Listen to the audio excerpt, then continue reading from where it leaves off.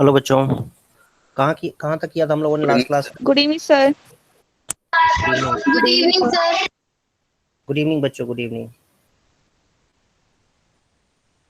Last class में हम लोगों ने कहाँ तक किया था, याद है आप लोगों को? सर एग्जाम्पल 12 और सर एक्सरसाइज की भी सर कुछ क्वेश्चंस करे थे। पॉलिनोमियल कर रहे थे ना? Yes yes sir, sir. Polynomial में रिमाइंडर थ्योरम समझा दी थी सर आपने। सर फैक्टराइजेशन पे थे। हाँ, याद आ गया। फैक्टराइजेशन करना था हमें।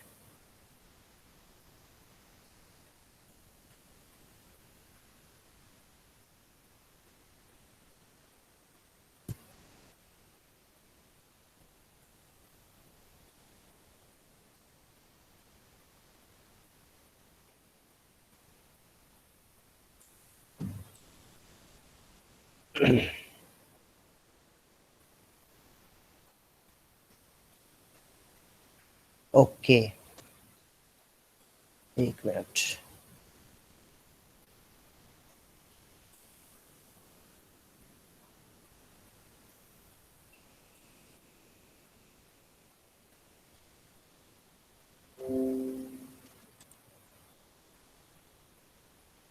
तो आज जो टॉपिक हम लोग करेंगे ये है फैक्टराइजेशन, मिडिल टर्म से स्प्लिट करके। सर सर एक बार सर फैक्टर थ्योरम से एक और बार बता सकते हैं सर? पता नहीं क्यों समझ नहीं आया। फैक्टर थ्योरम समझ नहीं आया तो एक बार रिकॉर्डेड वीडियो देखना था ना उसको। सर फिर से ऑनलाइन क्लास भी रहती है और सर फेस की भी क्लास है, तो सर इतना देर से फोन से पापा देते नहीं है ना। ओके,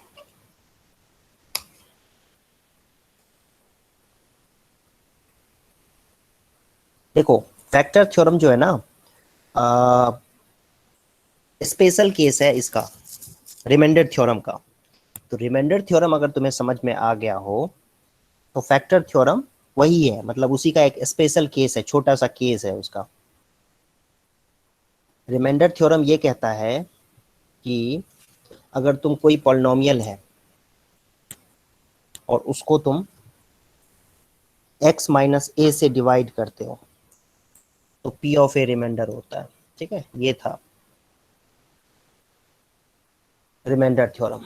ठीक है, अगर याद हो तो रिमाइंडर थ्योरम क्या यस था? सर। रिमाइंडर थ्योरम सबसे इंपॉर्टेंट है। रिमाइंडर थ्योरम, रिमाइंडर थ्योरम ये है कि पी एक्स कोई पॉलिनोमियल है, उसको तुम x माइनस ए से डिवाइड करते हो, पी एक्स को। ठीक है, पी एक्स कोई भी 1 डिग्री या उससे ज्यादा डिग्री का पॉलिनोमियल है, तुम उसको x माइनस ए से डिवाइड करते हो तो p ऑफ ए रिमाइंडर होता है।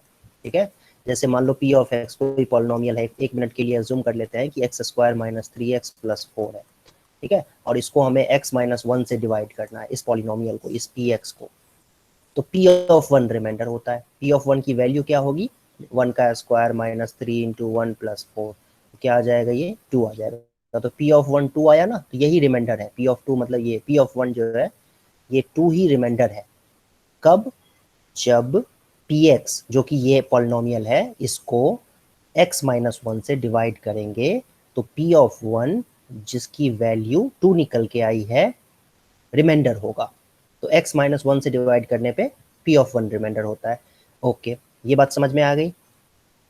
Yes sir. तो ठीक है, हो गया। अब p ऑफ 1 अगर 0 हो जाता, p ऑफ 1 अगर 0 हो जाता, मतलब रिमाइंडर 0 हो जाता, तो हम कहते हैं कि x माइनस 1 फैक्टर होगा।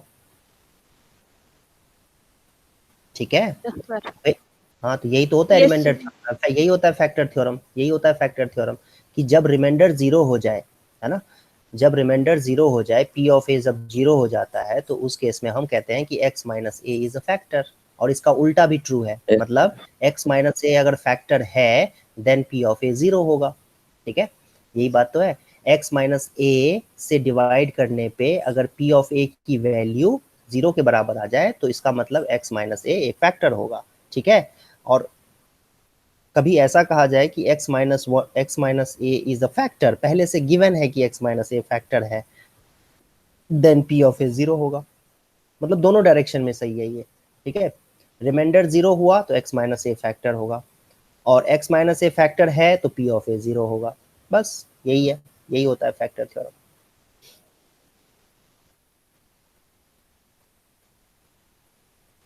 Okay sir.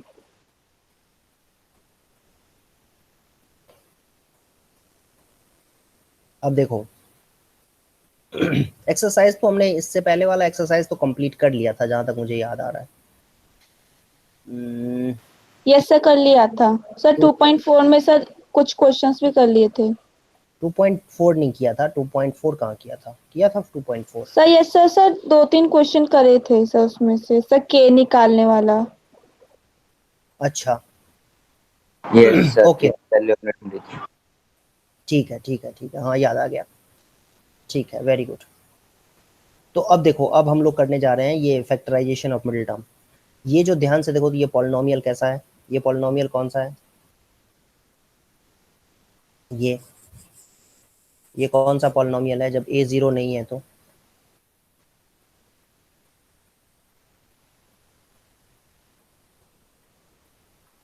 Sir quadratic polynomial.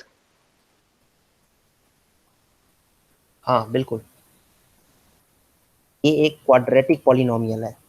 ये सबको समझ में आ रहा है बच्चों? ये क्वाड्रेटिक पॉलिनोमियल कहलाता है, ठीक है। Yes sir. इसको हम यस सर।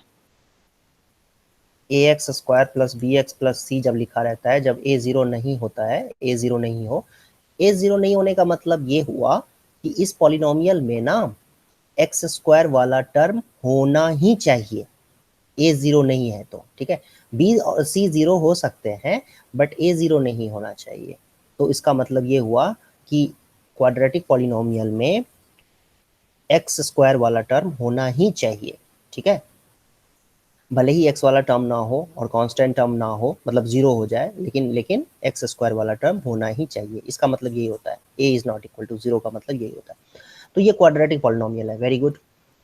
अब इसको फैक्टराइज कैसे किया जाएगा? इसके दो फैक्टर्स होंगे, है ना, क्योंकि तुम्हें पता होना चाहिए, ये कॉमन सेंस यूज करो कि दो अगर लीनियर पॉलिनोमियल्स को, पी एक्स प्लस क्यू एक लीनियर पॉलिनोमियल है और आर एक्स प्लस एस एक लीनियर पॉलिनोमियल है, मतलब पी और आर जब जीरो नहीं होंगे तो ये दो लीनियर पॉलिनोमियल्स को जब मल्टीप्लाई करेंगे तो हमारे पास जो मल्टीप्लाई करके पॉलिनोमियल आएगा, मल्टीप्लाई करने के बाद जो पॉलिनोमियल आएगा उसको हम क्या कहेंगे बच्चों? Quadratic polynomial. क्या बोलेंगे? Quadratic polynomial. समझ में आया? पॉलिनोमियल। क्वाड्रेटिक पॉलिनोमियल आएगा, ठीक है। तो दो फैक्टर्स होंगे, मतलब क्वाड्रेटिक पॉलिनोमियल के दो फैक्टर्स होंगे, ठीक है, दो लीनियर फैक्टर्स होंगे, ऐसे कहना चाहिए कि दो लीनियर पॉलिनोमियल्स का प्रोडक्ट होना चाहिए ये।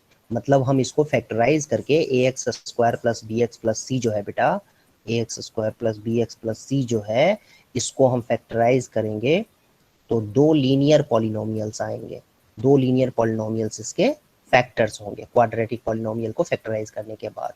तो हमें यही करना है। हमें क्या सीखना है अभी? अभी आज की क्लास में जो सबसे इंपॉर्टेंट टॉपिक हम लोग अभी डिस्कस करने जा रहे हैं वो क्या सीखेंगे कि कैसे क्वाड्रेटिक पॉलिनोमियल को फैक्टराइज करना है और फैक्टर में, हाँ, फैक्टराइज करके दो लीनियर पॉलिनोमियल्स में कन्वर्ट करना है। दो लीनियर पॉलिनोमियल्स में फैक्टराइज करना मतलब जैसे होता है, जैसे तुम्हें कोई कहे कि 12 को फैक्टराइज करो, तो 12 को फैक्टराइज तुम कैसे करोगे? 2 इंटू 6 भी लिख सकते हो, ठीक है, या तुम 4 इंटू 3 भी लिख सकते हो, 3 ठीक into है। 4। हाँ, ये 1 इंटू 12 भी लिख सकते हो, 4 इंटू 3, 3 इंटू 4 एक ही बात है, तो ये लिख सकते हो। और कोई कहे प्राइम फैक्टर करो, तो प्राइम फैक्टर कैसे करोगे? 2 इंटू 2 इंटू 3, ये प्राइम फैक्टराइजेशन हो गया, ठीक है। लेकिन दो दो फैक्टर्स अगर लिखने हैं तो इस तरीके से लिख सकते हैं। तो क्वाड्रेटिक पॉलिनोमियल जो होगा वो दो लीनियर पॉलिनोमियल्स का प्रोडक्ट होता है, ठीक है। तो वही हमें करना है, वही हमें सीखना है। और कैसे होगा ये, तो ये मैं अभी आपको समझाता हूँ कैसे होगा, ठीक है। कैसे करते हैं वो बहुत ही आसान होता है समझना। हालांकि मुझे लगता है एनसीईआरटी से ज़्यादा अच्छे तरीके से मैं आपको सिंपल तरीका बता देता हूँ करने का।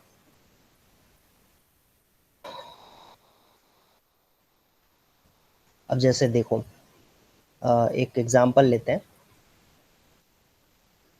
आज की क्लास में हम लोग फैक्टराइजेशन ही करेंगे। देखो एक मिनट रुक जाओ, हाँ ओके। ये देखो, इसको कहा जा रहा है कि फैक्टराइज करो। ओके, एक मिनट।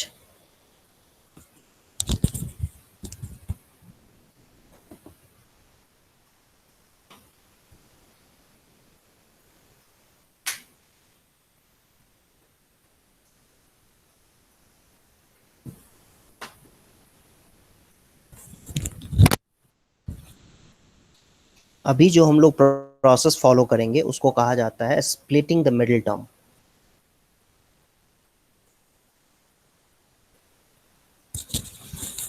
ध्यान से सुनना सभी बच्चे, जब भी हम क्वाड्रेटिक पॉलिनोमियल लिखते हैं तो उसमें ना जनरली 3 टर्म्स होते हैं, 1 2 3, ये देख सकते हो आप।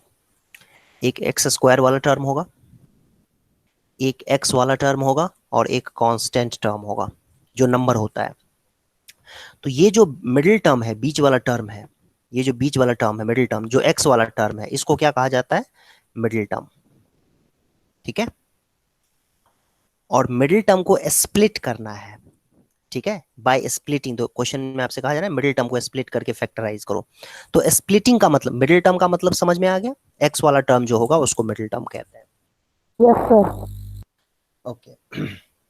इसके बाद स्प्लिट का मतलब होता है 2 पार्ट में डिवाइड। जैसे 17 को कैसे लिख सकते हैं? 17 को हम 17x को हम 13x plus 4x। x plus 16x भी लिख सकते हैं। 17x को हम चाहें तो 2x प्लस 15x भी लिख सकते हैं। ठीक है, यही होता है स्प्लिट करना। 17x को हम चाहें तो 19x माइनस 2x भी लिख सकते हैं। स्प्लिट कर रहे हैं ना 2 पार्ट में, तो 2 तरीके, इस तरीके से तो हम लिख ही सकते हैं। ठीक है, ऐसे तो हजारों तरीके से लिखा जा सकता है, हजारों लाखों तरीके से लिखा जा सकता है इसको। समझ लो बात को? तो ऐसे लिख यस सर। हाँ, स्प्लिट करने का मतलब क्या होता है ये समझ में आ गया। मिडिल टर्म क्या होता है ये समझ में आ गया। हाँ, सर। इसके बाद ऐसे ही रैंडमली हम नहीं स्प्लिट कर देंगे। ठीक है, स्प्लिट एक सोच समझ के करना होता है। वो मैं आपको समझाऊंगा कि कैसे आपको सोच समझ के स्प्लिट करना है इस टर्म को, और वही इसमें इम्पॉर्टेंट है, वही सबसे ज़्यादा इम्पॉर्टेंट है कि कैसे स्प्लिट करना है, वो इम्पॉर्टेंट बात है। देखो ध्यान से सुनो, 6x square plus 17x plus 5, इसको हमें 2 फैक्टर्स में कन्वर्ट करना है। ठीक है, इसके 2 फैक्टर्स बनाने हैं। एक ऐसा कुछ आएगा ax प्लस b जैसा, और दूसरा cx प्लस d जैसा आएगा। लीनियर पॉलिनोमियल्स आएंगे बच्चों, 2 लीनियर पॉलिनोमियल्स आएंगे। Getting my point? 2 linear polynomials को में कन्वर्ट करना है, इसको 2 फैक्टर्स बनाने हैं इसके। तो ये कैसे बनेगा? तो ये बनेगा मिडिल टर्म को स्प्लिट करके, मिडिल टर्म को स्प्लिट करके। और कैसे स्प्लिट करना है वो मैं बताता हूँ आपको, तो ध्यान से सुनना। जो बच्चे जानते हैं, आई थिंक वो तो जानते ही होंगे, तो उनके लिए तो इशू है ही नहीं, अच्छी बात है। जो नहीं जानते हैं वो ध्यान से सुनो। वैसे ये 8th क्लास में भी करा होगा I think. Yes sir, 8th में भी था। Yes sir. ठीक है, देखो इसमें जो स्प्लिट करना है, तो स्प्लिट कर, जैसे 17x को मैंने अभी बताया ना स्प्लिट कैसे किया था। 17x को तुम कैसे लिख सकते हो? 16x प्लस 1x लिख सकते हो, या 14x प्लस 2x लिख सकते हो। 13x तो प्लस 4x। हाँ सुनो, ध्यान से सुनना। तो 14x प्लस 2x जैसे स्प्लिट किया ना यहाँ पर मैंने, सॉरी 14x प्लस 3x होगा, आई एम सॉरी, हाँ 14x प्लस 3x लिख सकते हैं। ठीक है, तो 17 को हम 14 प्लस 3 लिख सकते हैं, 14 प्लस 3। तो ये 17 को मैं 14 प्लस 3 लिखूं कि 12 प्लस 5 लिखूं? 17 को 12 प्लस 5 भी लिखा जा सकता है, कि 9 प्लस 8 लिखूं? क्या लिखूं वो चीज़ जानना है हमें। वो 2 नंबर्स कौन से हैं, ये जो 14 या 3 लेना है, या 14 के बजाय में यहाँ पर मान लो 10x प्लस 7x है, तो मतलब 10 या 7 लेना है। ये कैसे इसको स्प्लिट करेंगे ना, उसका तरीका क्या होता है वो सीखते हैं, समझते हैं। देखो ध्यान से देखना, पहले तो एक्स स्क्वायर को यहाँ पर जो है ना, एक्स स्क्वायर और कांस्टेंट टर्म, मतलब एक्स स्क्वायर का कोएफिशिएंट और कांस्टेंट टर्म, समझ रहे हो बात को? क्या करना है? एक्स स्क्वायर का कोएफिशिएंट जो कि 6 है और कांस्टेंट टर्म जो कि 5 है, दोनों को मल्टीप्लाई करो। तो मल्टीप्लाई करोगे तो क्या आएगा? 30। 30। क्या किया मत भूलना, अभी फिर से, अभी कुछ देर के बाद कहेंगे नहीं आया समझ में, दोबारा समझा दो। तो मैं एक बार रिपीट पहले ही अपनी तरफ से सिक्योर होकर के पहले ही रिपीट कर देता हूँ। पहले क्या करना है? स्प्लिट करने के लिए ये सारा कुछ किया जा रहा है। ये जो प्रोसेस हम कर रहे हैं वो 17x को 16x प्लस x लिखें, कि 10x प्लस 7x लिखें, कि 9x प्लस 8x लिखें, क्या लिखें, उसके लिए ये हम करने जा रहे हैं। स्प्लिट कैसे किया जाएगा उसके लिए ये प्रोसेस हम लोग कर रहे हैं।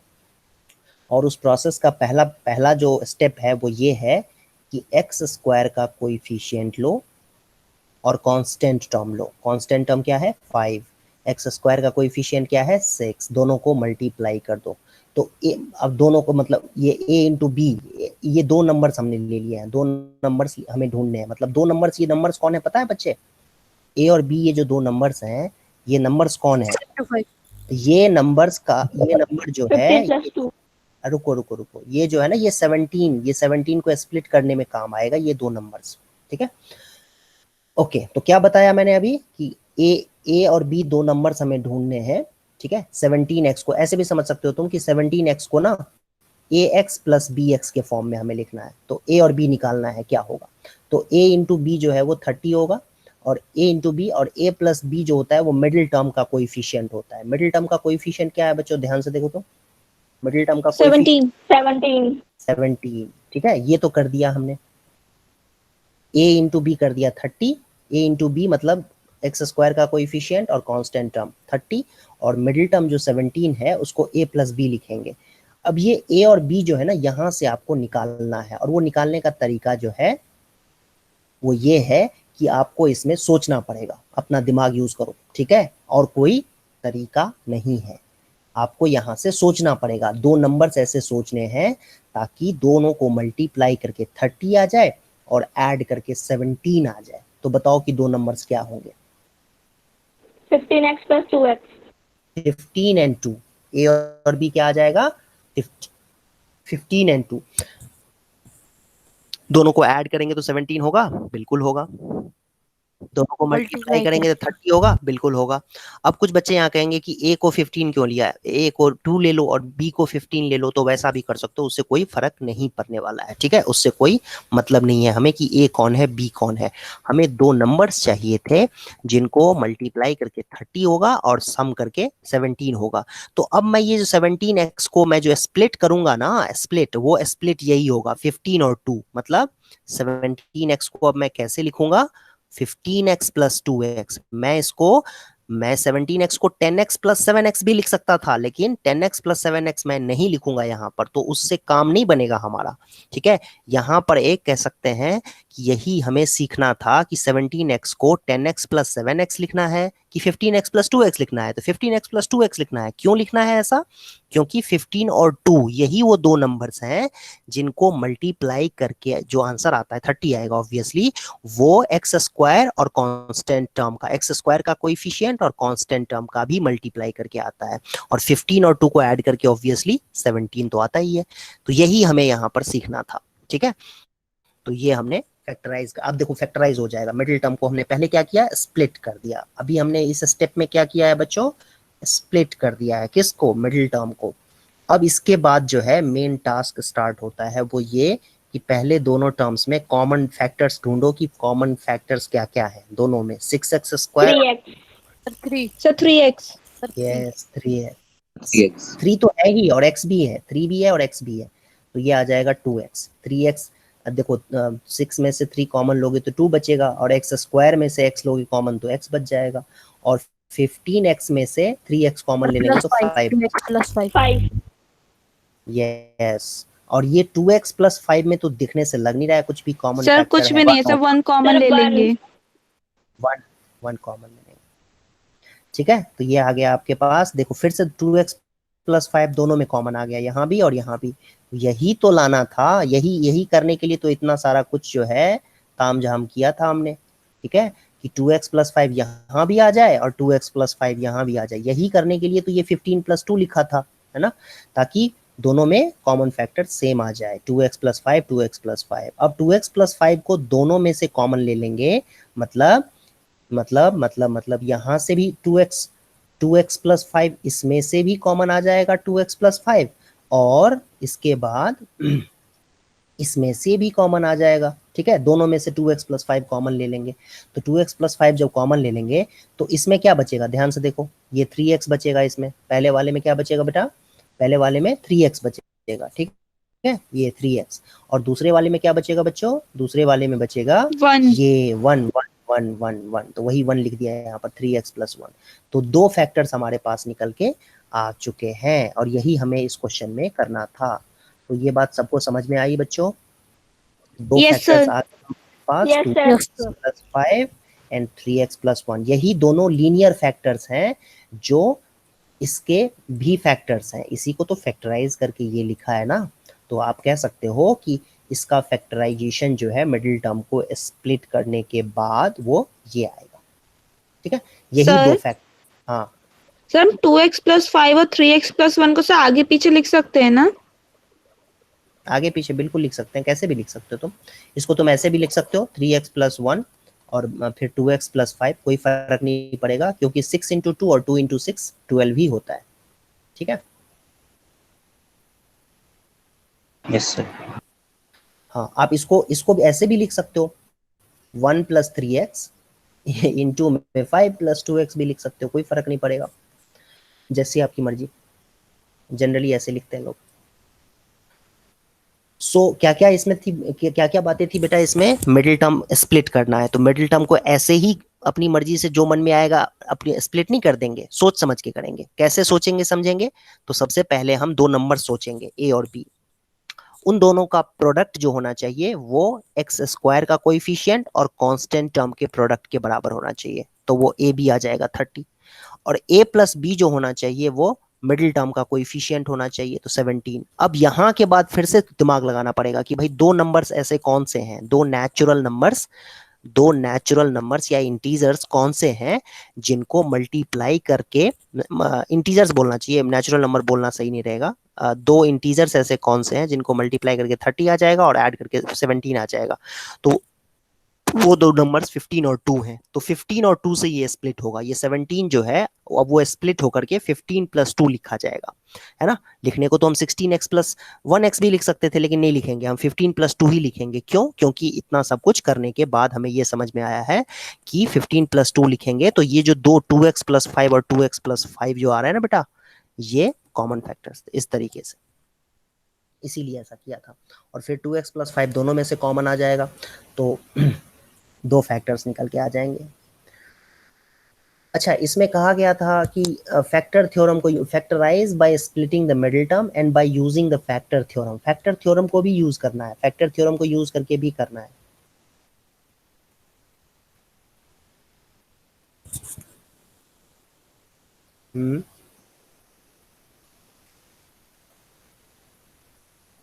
फैक्टर थ्योरम को कैसे यूज करेंगे बच्चों? आपकी स्क्रीन के लिए सर ब्लैक। फैक्टर थ्योरम को कैसे यूज करेंगे?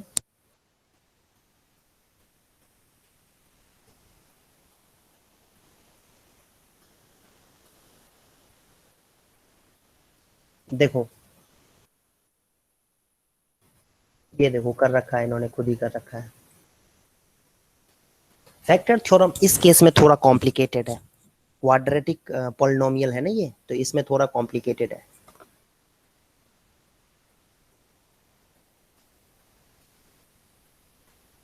कैसे किया जाता है देखो, ध्यान से देखो।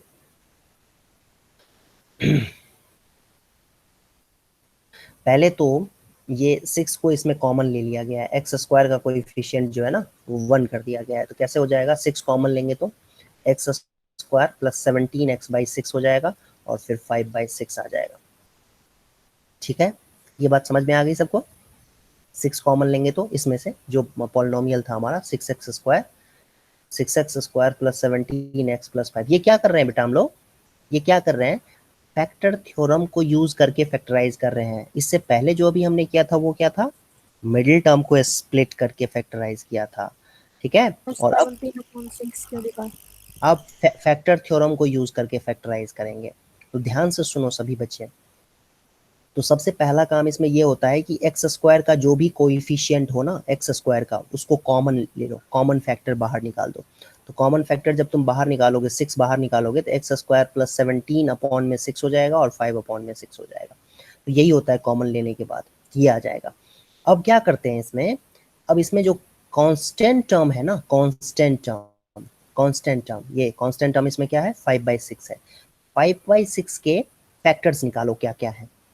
तो 5/6 के जब तुम फैक्टर निकालोगे ना, मतलब ऐसा नंबर जो कि इसको एग्जैक्टली डिवाइड कर दे, तो वो नंबर क्या क्या हो सकता है पता है? तुम जब इसको 1/2 से डिवाइड करोगे तो एग्जैक्टली डिविजिबल हो जाएगा कि नहीं हो जाएगा? क्योंकि 1/2 इंटू कितना होता है? 5/3। ठीक है, 1/2 इंटू 5/3, समझो बात को? 1/2 इंटू 5/3। तो इसके फैक्टर क्या हो जाएंगे, +-1/2।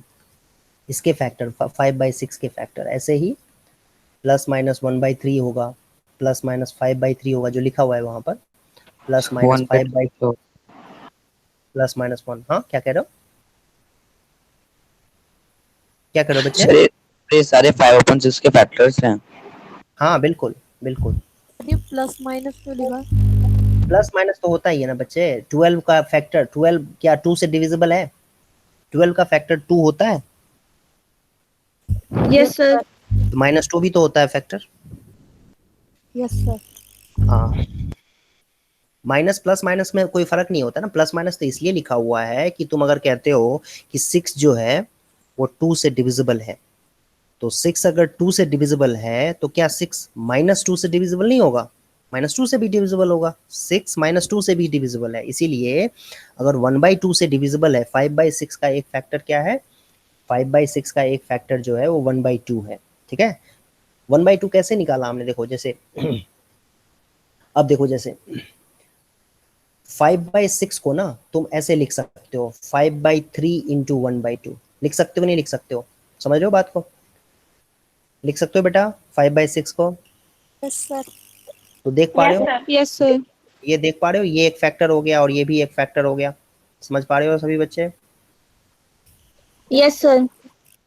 क्या मैं 5/6 को ऐसे लिख सकता हूँ? Yes sir. तो अब बताओ -5/3 फैक्टर होगा कि नहीं होगा? Yes sir. और -1/2 भी फैक्टर होगा। 5/6 भी फैक्टर, 5/6 का -5/3 भी फैक्टर है और -1/2 भी फैक्टर है। अच्छा, ऐसे ही 5/6 को मान लो मैंने लिख दिया 13/9 इंटू, अब क्या लिखूंगा बताओ?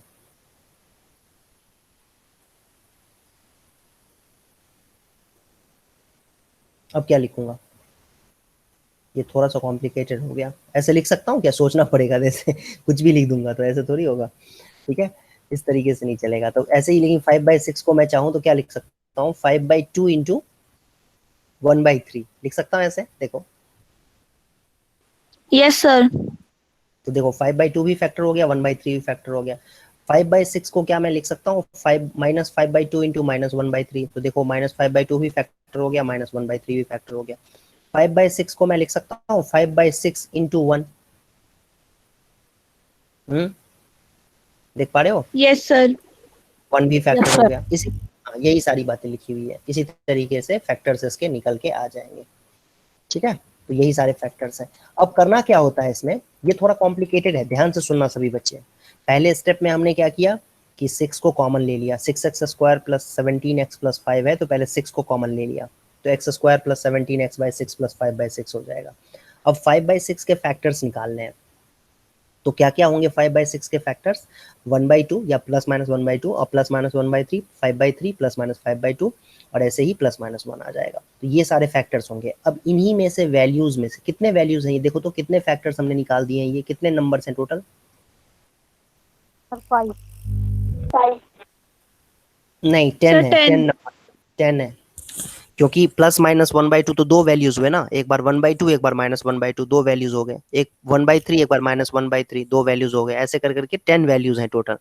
अब तुम्हें ना क्या करना पड़ेगा, सारे वैल्यूज को रख करके चेक करना पड़ेगा कि ये पॉलिनोमियल जीरो हो रहा है कि नहीं हो रहा है। ठीक है, मतलब ये जो पॉलिनोमियल है, ये जो पॉलिनोमियल है इसमें, ये या यूं कहें कि ये वाला पार्ट जो है, ये वाला पार्ट जीरो हो रहा है कि नहीं हो रहा है, वो रख करके देखना पड़ेगा। मतलब आपको क्या करना है बच्चों कि P ऑफ 1/2 रख के देखो, P ऑफ 1/2 जीरो आ रहा है कि नहीं आ रहा है। तो जैसे इन्होंने करके दिखाया हुआ है, P ऑफ 1/2 करके दिखाया हुआ है कि ये जीरो के बराबर नहीं है, तो P ऑफ 1/2 जीरो के बराबर नहीं है, तो इसका मतलब ये हुआ कि 1/2 इसका जीरो नहीं है, तो x - 1/2 एक फैक्टर नहीं होगा इसका, x - 1/2 फैक्टर भी नहीं होगा। ठीक है, क्योंकि P ऑफ 1/2 जीरो नहीं है। ऐसे ही चेक कर करके देखेंगे तो P ऑफ -1/3 रख के देखेंगे, तो P ऑफ -1/3 रखेंगे तो ये जीरो हो जाता है। इसमें रख के देखो P ऑफ -1/3। ठीक है, कैसे करेंगे P ऑफ -1/3 कैसे रखेंगे बच्चों, ध्यान से देखना, ध्यान से देखना। 6 times x square, x square की जगह पे क्या होगा -1/3 का स्क्वायर, तो क्या आ जाएगा 1/9। फिर 17/6 टाइम्स एक्स मतलब -17/18, क्योंकि 6 3 जा 18 हो जाएगा ना, -1/3 रखोगे इसमें तो यस सर। 17, और फिर 5/6 आएगा। ठीक है जी, अब इसको सॉल्व करो, सॉल्व करो। एलसीएम आ जाएगा 18, फिर आ जाएगा 2 -17 प्लस 5 3 जा 15, देखो 0 आ गया ना। 15 to 17 -17 0, 0/18 0 ही होता है, और 0 into 6 भी 0 ही होगा। सो 0 आ गया ना, तो P of -1/3 0 आ रहा है, इसका मतलब x plus 1/3 एक फैक्टर हो जाएगा। ठीक है जी,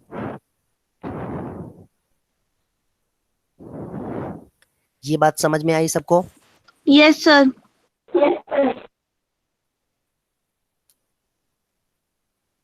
ओके, ऐसे ही -5/2 पे भी निकालोगे ना, तो वो भी फैक्टर आएगा। तो अब तुम खुद ही सोचो, तुम्हारे मन में खुद ही क्वेश्चन आएगा कि भाई ये 10 वैल्यूज को रख करके देखेंगे, बहुत ही टफ है, चैलेंजिंग है। यस, अभी मैं यही पूछने वाली थी। तो ये बहुत ही चैलेंजिंग है, तो आसान तरीका पहले वाला था जो मिडिल टर्म को स्प्लिट करके किया था ना, वो।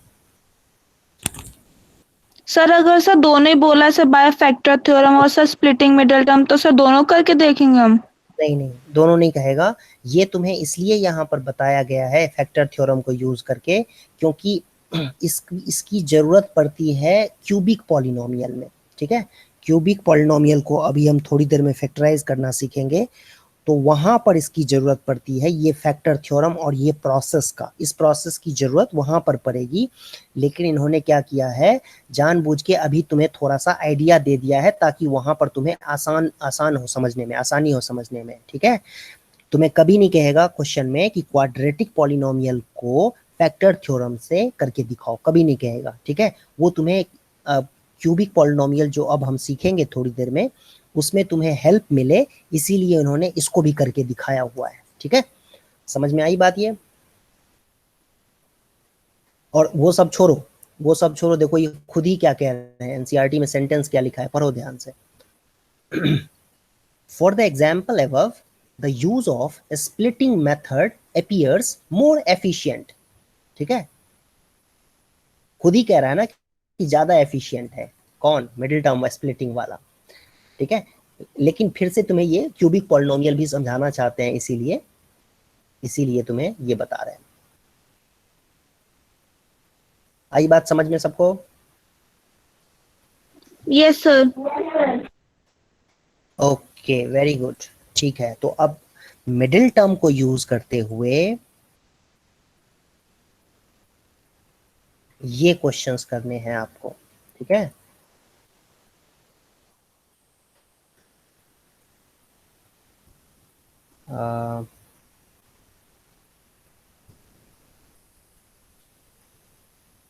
by splitting middle term। अभी याद है थोड़ी देर पहले मैंने जो एक्सप्लेन किया था? Yes sir. हाँ, दो नंबर सोचने हैं ए और बी, जिनका प्रोडक्ट जो है वो कांस्टेंट टर्म और एक्स स्क्वायर के कोएफिशिएंट के बराबर होता है, प्रोडक्ट के बराबर होता है, तो 12 आ जाएगा, 12 into 1। और a प्लस बी जो है वो मिडिल टर्म का कोएफिशिएंट होता है, तो मिडिल टर्म का कोएफिशिएंट क्या है बेटा? -7। यस, -7, नॉट 7, 7 नहीं, -7। Yes, very good, -7। अब तुम्हें दो नंबर्स ढूंढने हैं जिनका मल्टीप्लाई करके 12 आ जाए, जिनको मल्टीप्लाई करके 12 आ जाए और ऐड करके -7 आ जाए। तो बोलो क्या होगा? -4 -3। Very good. ए की वैल्यू -4 ले लेते हैं और बी की वैल्यू -3। अब बताओ, दोनों को ऐड करेंगे तो -7 आएगा कि नहीं आएगा? बिल्कुल आएगा, ऐड Yes. करने पे। यस सर आएगा। करने पे, मल्टीप्लाई करने पे 12 आ जाएगा। ठीक है, ऐसे किसी बच्चे के दिमाग में ये भी आ सकता है कि ए की वैल्यू ना 4 और 3 ले लो, ए की वैल्यू 4, बी की वैल्यू 3 ले लो, तो ए प्लस बी तो ए इंटू बी तो 12 सही बात है, आ जाएगा, है ना? ए इंटू लेकिन बी। सर a + b -7 नहीं आएगा। यस, इसीलिए नहीं लेंगे ये वाला पार्ट जो है, इसीलिए सही आंसर नहीं है। a is equal to 4, b is equal to 3 सही आंसर नहीं है, ठीक है। ऐसे ही कोई बच्चा ऐसे भी सोच सकता है कि a की वैल्यू 7 ले लो और b की वैल्यू -1 ले लो, तो दोनों को मल्टीप्लाई करके तो -7 आ जाएगा, लेकिन ऐड करके 12 नहीं आएगा, ठीक है। तो इसीलिए हम यहाँ पर इन दोनों बातों को सही मानते हुए, सही रखते हुए वैल्यूज निकालेंगे, तो वो -4 -3 आएगा। और मैं फिर से बोल रहा हूँ, कुछ बच्चों के दिमाग में आएगा कि a की वैल्यू -4 क्यों ली, b की वैल्यू ले लो -4, तो उससे कोई फर्क नहीं पड़ता है, ठीक है। तो मिडिल टर्म ये रफ में कर सर लेना बेटा, ये सर रफ में मुझे कर एक लेना। चीज पूछना है बोलो। कि सर हमेशा हम ऐड करेंगे, सर सब्ट्रैक्ट करके हमारा आंसर नहीं आएगा। ऐड और सब्ट्रैक्ट दो अलग चीजें नहीं होती है मैथमेटिक्स में, वो सेम ही होती है, ठीक है। Okay sir. हाँ, तो सिंपल सी बात है ना, जब तुम्हें कहा जाता है 4 -3, तो ये क्या हो रहा है, सब्ट्रैक्ट हो रहा है। तुम कहोगे सब्ट्रैक्ट हो रहा है, मैं कह रहा हूँ कि ये 4 में -3 ऐड करना है, तो मैंने क्या गलत बोला, 4 में -3 ऐड करना है। सो एडिशन सब्ट्रैक्शन एक ही बात होती है, कोई बड़ी बात अलग चीजें नहीं होती है, ठीक है। तो दोनों का मतलब सेम ही होता है, एडिशन सब्ट्रैक्शन दोनों सेम ही है। तो यहाँ पर सब्ट्रैक्ट हो रहा है, तो सब्ट्रैक्ट को छोड़ो, तुम्हें ए और बी से मतलब है ना, तो ये ए और बी निकल के आ गया, -4 -3, 12x² -4x, स्प्लिट करना है इसको। स्प्लिट कैसे होगा, -4 -3 पे स्प्लिट होगा, ठीक है। और फिर इन दोनों का देखो कॉमन फैक्टर क्या है, सर 3x। 4x कॉमन है दोनों में, ठीक है। पहले दोनों टर्म्स में क्या कॉमन है, 4x, तो 3x -1 आ जाएगा। और इन दोनों में -3x प्लस -1 कॉमन है, तो 3x -1 आ जाएगा। अब यही तो करना था, यही तो हमें करना था, देखो यही 3x -1 के लिए ही तो इतना सारा कुछ हमने ये तामझाम किया था। तो 3x -1 को क्या करेंगे बेटा, दोनों में से फिर से कॉमन फैक्टर ले लेंगे, तो 4x -1 दूसरा फैक्टर आ जाएगा। यही दो फैक्टर्स हैं जो इस पॉलिनोमियल के फैक्टर्स हैं। सर हाँ, सर मैंने सर 12x² -4x में सर 3x हमने सर कॉमन निकाला, तो सर तो भी सेम ही आंसर आ रहा है। हाँ बिल्कुल आएगा, उससे कोई फर्क ही नहीं पड़ेगा। 3x को पहले लिख दो, 4x को बाद में लिख दो, मतलब -4x को बाद में लिख दो, तो उससे कोई फर्क नहीं पड़ेगा, सेम ही रहेगा, आंसर तो सेम ही आएगा कैसे भी करे। तो आंसर अगर अलग आ जाए, गलत आ जाए, तो इसका मतलब तुमने कुछ गलत किया हुआ है, ठीक है। और गलत क्यों, गलत तो किया नहीं, क्योंकि -4x -3x चाहे -3x -4x लिखूं, ये तो गलत है ही नहीं, ठीक है। तो आंसर कैसे गलत आ जाएगा, जब ये लिखने का और ये दोनों चीजें बराबर हैं, तो आंसर गलत आने का कोई मतलब ही नहीं है। और आंसर कहीं गलत आ रहा है तो इसका मतलब समझ जाओ कि तुमने कोई मिस्टेक की है।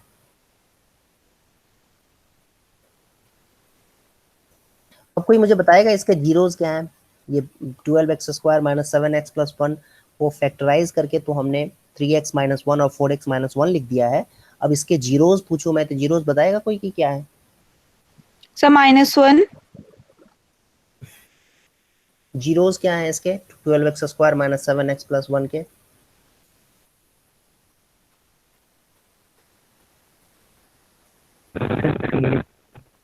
इसके फैक्टर्स ये हैं,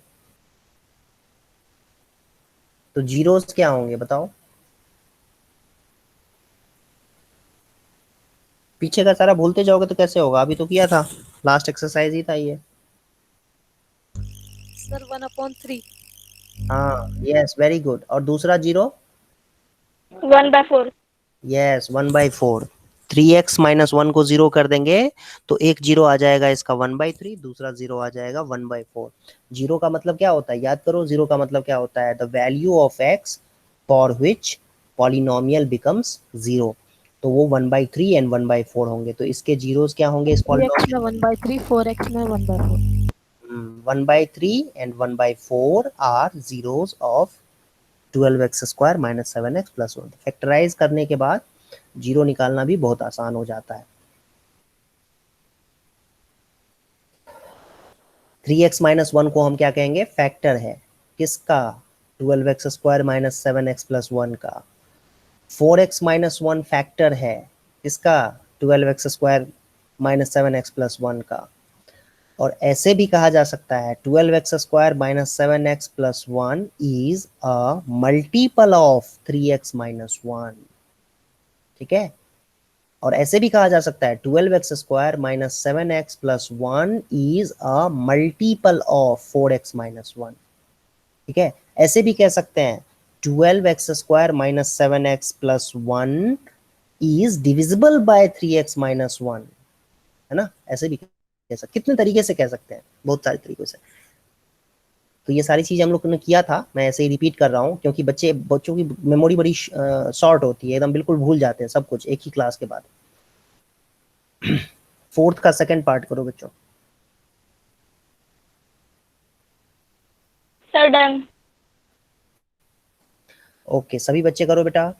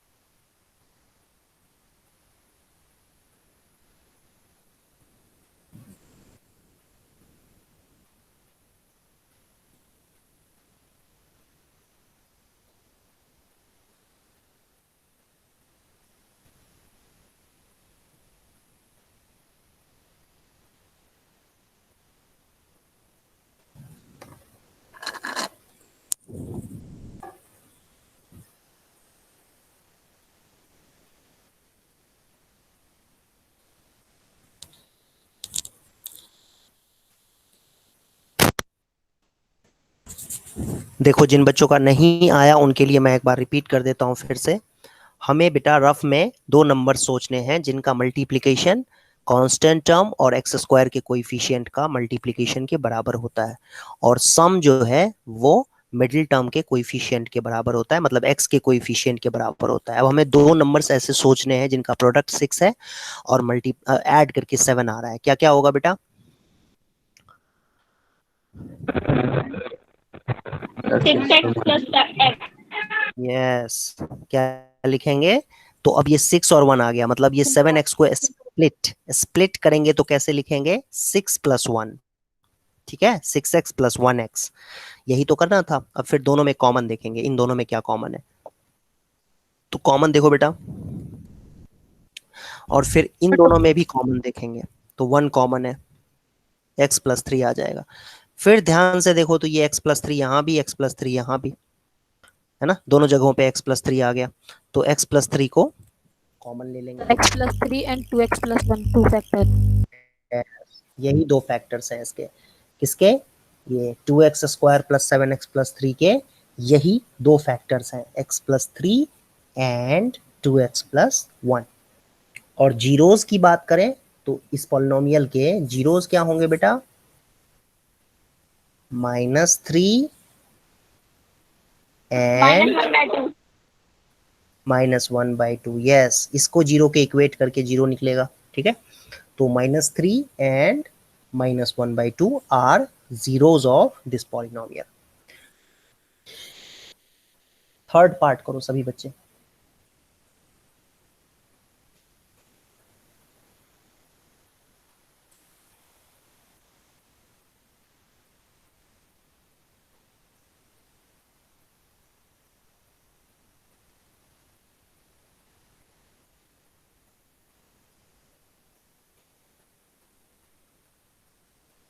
सर डन।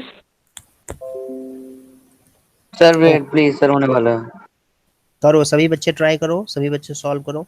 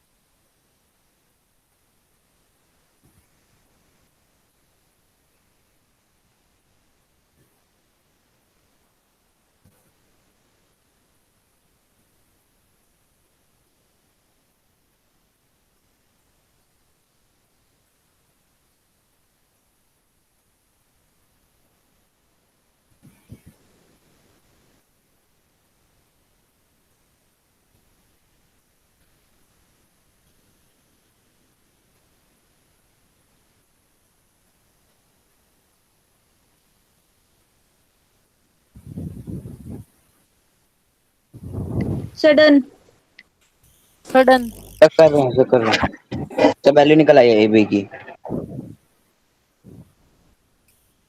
सर बताएं।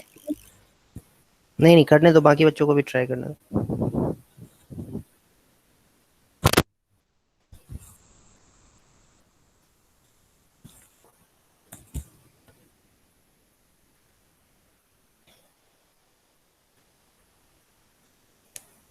Sir done.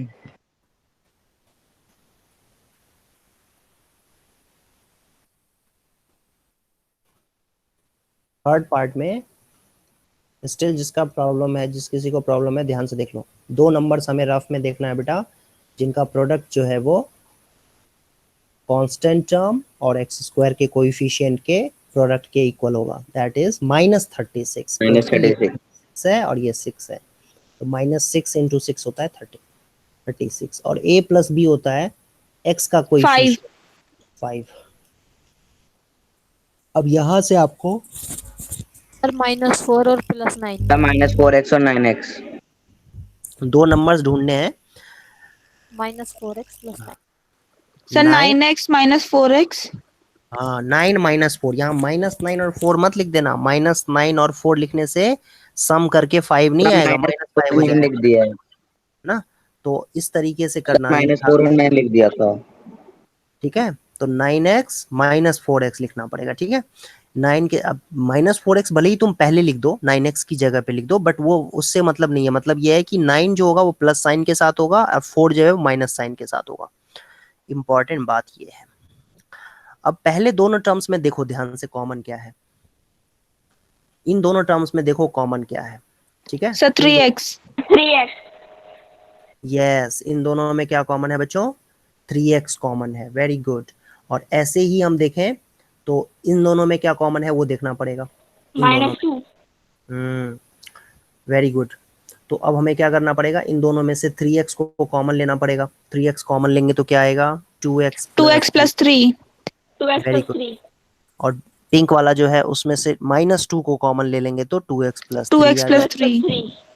अब फिर से देखो यहाँ पर 2x + 3 दोनों में कॉमन फैक्टर आ चुका है, ठीक है। अब देख सकते हो आप यहाँ पर कि ये 2x + 3 जो है ये यहाँ भी है और 2x + 3 यहाँ भी है।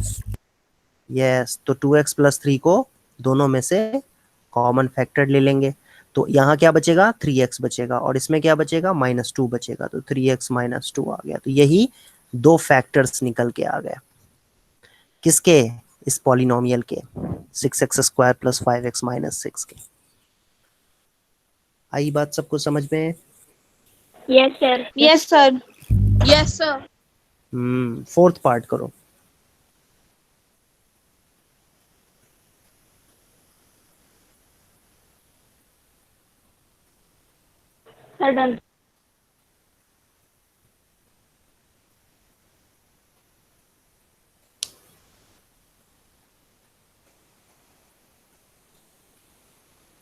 बाकी बच्चे भी ट्राई करो।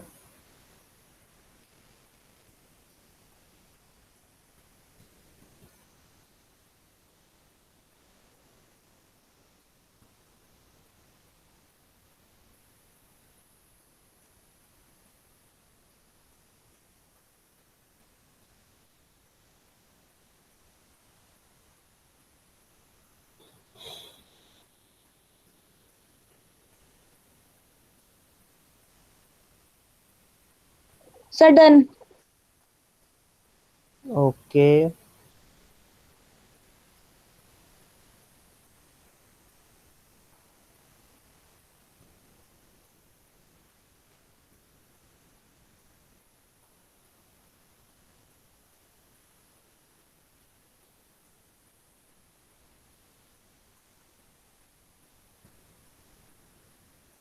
Sir done.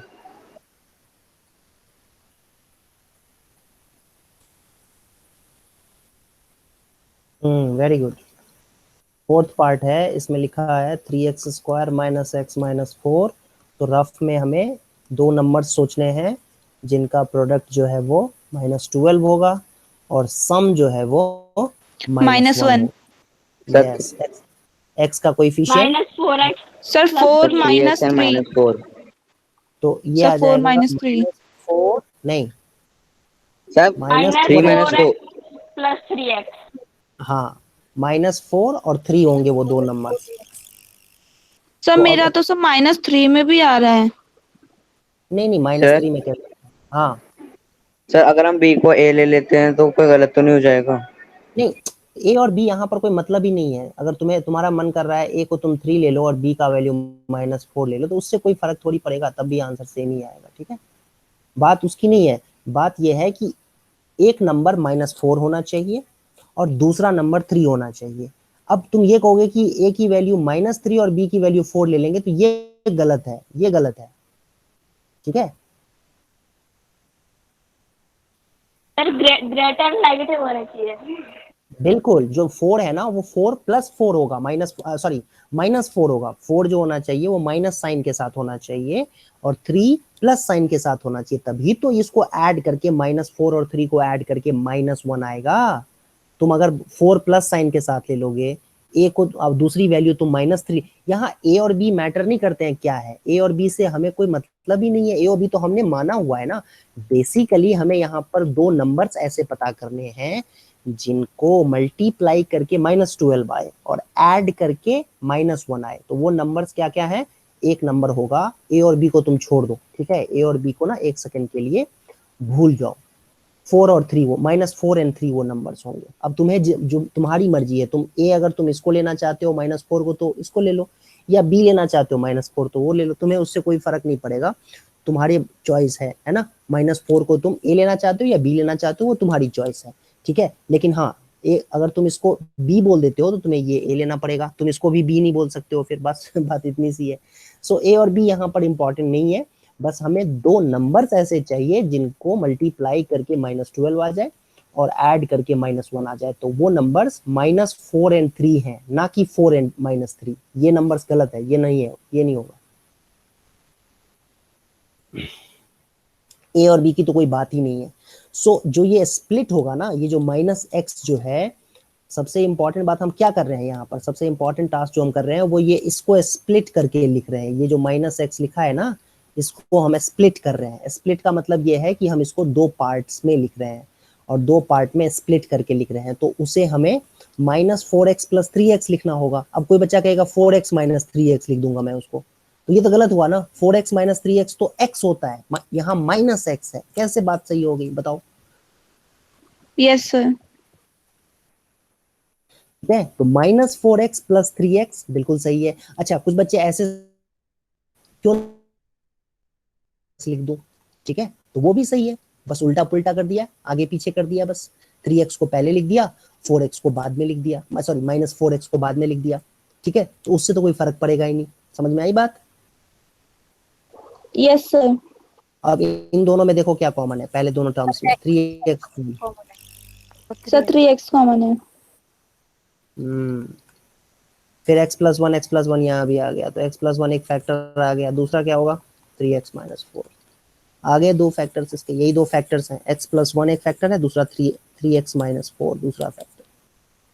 तो इस पॉलिनोमियल के ये चौथा पार्ट जो था, इसके फैक्टर्स क्या होंगे बेटा? इसके फैक्टर्स होंगे x+1 इंटू में 3x - 4। आई बात समझ में सबको? Yes sir. Yes sir. Okay,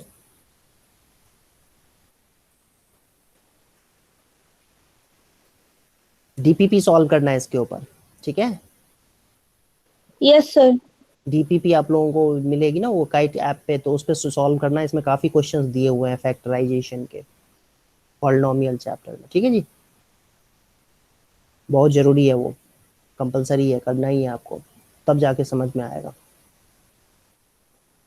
एक एग्जाम्पल देखते हैं। अब हम लोग करेंगे क्यूबिक पॉलिनोमियल के लिए, उसका एक एग्जाम्पल देखते हैं।